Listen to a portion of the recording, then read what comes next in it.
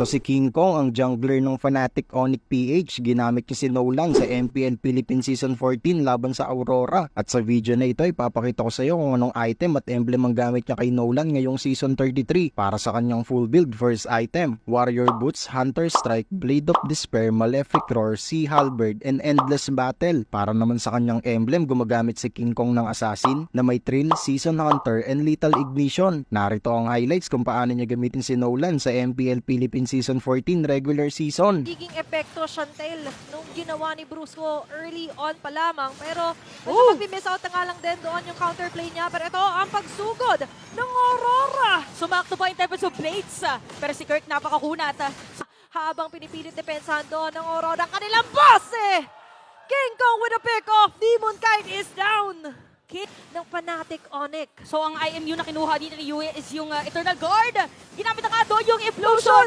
Pero nga lang sa may patalikod, yung Unstoppable Force medyo na palalim. Masira na ito rin sa may patagitna. Pero madedepensahan pa rin yata. Mamatay na nga dito si Edward. Isama na rin si Renny J. Pero yung Lord, unti-unti nang mawawalan na buhay dito. May mga players pa rin naman. Yung Fnatic Onyx, 4 pa sila. Merong 2-3 kanyon na nandito sa ating base. Ginamit na yung Tempest of Blades para kay Demon Kite. Madedepensahan pa rin yata. Tommy with a free hit.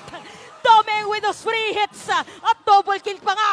Short na yun ay very, very useful. Ayan Kasi na. nga kita mo medyo nakakaabante na dito ang Aurora. Kaso ito na naman ang abante nila Kirk at may Eternal Guard na nilatag. Very, very short na pala yung pahinga kasi si Renny J ay makukuha na rin nila. Sumapap si Batin na papalayo ni Doming mamaya para makapag-counter. Pero ito na yung Fnatic Onyx naka-ready si Bruce.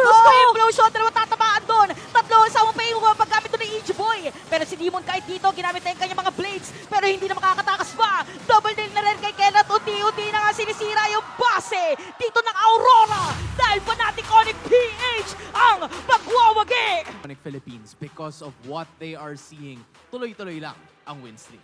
Ibang klase talaga, no? Parang through thick and thin kasama since 2019. Ibang-ibang itsura ng career ni Kelra noon during that time. Iba pa yung itsura ng ML at naalala niya yung first role ni Kelra. And because of that, dito na po-prove na hindi lang siya ang gold standard. Siya siguro ang isang mga standard ng MLBB athlete sa mundo.